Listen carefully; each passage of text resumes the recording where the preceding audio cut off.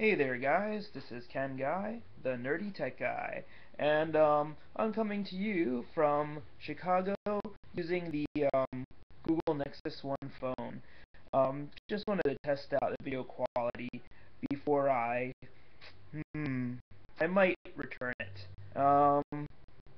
Yeah, so I've been trying the Nexus 1 since Friday, actually since Friday night, Friday, Saturday, and Sunday. And there's a couple little things that kind of irk me. I gotta say that one thing that really gets on my nerves is the battery does last about 10, 12 hours of very high intensity use from me. And so that part I can't fault it, and I can't be sad about that. But one thing I don't like is when I'm not doing anything with the phone and I have it plugged into USB to my computer because I leave the AC adapter in my room for when I charge it overnight. And so anyway, I plug it USB into the computer and it takes so freaking long for the phone to charge. Um, just to let you know, like I told my friend Steve, I told him in 1 hour it only charged 10%, and then after it hit 30%, it got a little bit faster. But it's been 1, 2, 3, 4 hours, and it's only at 50% charged. And I'm going to get off of Ustream soon, and that's a high intensity battery usage application. And I'm going to go and see how much battery was used, and it'll probably be at least 10%. And it'll I'll be a little down when I find out, that's going to be another hour to charge that 10% back. So, for some reason, I don't know if it's just through USB or if there's some background application that's using all the power, but I turned off GPS. I turned off a lot of applications. I used application kill, which my friend Yui told me about today. And still, the phone charges very, very slowly, and I can't be happy about that. With the iPhone, in 2 hours, it's almost completely charged. In fact, you'll see in earlier videos or earlier comments that I've made, I think it was probably through Facebook actually, or Twitter, but when I first got the iPhone, in 2 hours it almost fully charges, and it amazed me. And this is just taking forever. Um, I'm also missing some things as far as applications that I used to use. For example, I like getting alerts for yes, the cricket matches that are going on that go on throughout the day. I like getting sporting alerts, and it popped up. It was really in your face, and usually I've liked that, but the scores popped up on the iPhone face, and let's see. Yeah, it was just like very easy to read, and it gave me all the information I needed. And with the Google Nexus 1, the notification actually ends up on the top information line that's right at the top of the phone. And when you pull down the status screen, that's when you can read more of it.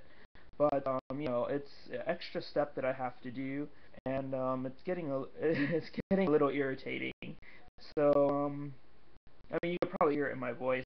And I mean, don't get me wrong, the Nexus 1 it really is a good phone. I like the operating system a whole lot, and God knows I've complained so much about the iPhone operating system and how locked out it is. But I'll give it another day. But what I'm thinking is that that operating system it just works. It just works so smoothly. Um, I guess, it gives users, like we've always known, Apple gives users a nice, pretty, easy to use interface. And yeah, and that's what I miss a little bit now that it's been a day or two. So thank goodness that T-Mobile, if anybody else is thinking about trying this, T-Mobile gives you 14 days to try out their phones, and HTC does as well. I think from what it looks like online, since I tried out the phone and opened the box, it's going to be a $45 uh, hit as far as a restocking fee by HTC. But T-Mobile is only going to charge me for 3 days of my plan, and nothing else. Um, yeah, so we'll see what happens tomorrow.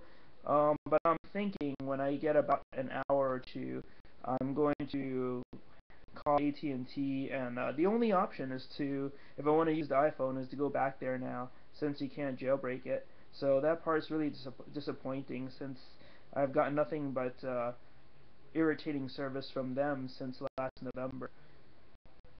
But yeah, for the Nexus one, it's good, but it's not an iPhone killer. And not that that's important to me.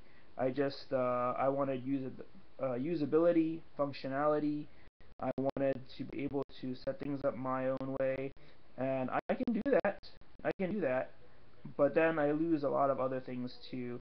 And I'm gonna think about it, but it might be a couple of things that I can't go back on anymore. Like when first, anyone else who owns an iPhone, when you first got it, you probably said, "Oh, I can never go back to anything else," and it's really true. If you go to any other phone, it's more phone than internet appliance, and you miss all the appliance parts of it. And yeah, it's just things that made life a little bit easier that you miss out on when you just get a phone. So anyway, that's my update for tonight. I've got to get to sleep and wake up early tomorrow. So I just wanted to give you guys an update and what my thoughts were about the Nexus one. Um, at least I tried it. I was very curious about it, and yeah, it was good until I really saw some things that I was missing. Okay, so that's it. Have a good night, guys. I hope you have a great week. I'll try to come back with another update if I find anything that's important to tell you guys. And just wish you guys, like I said, a great week. And yeah, work hard. All right, have a good night. This is Ken Guy, the Nerdy Tech Guy, signing off.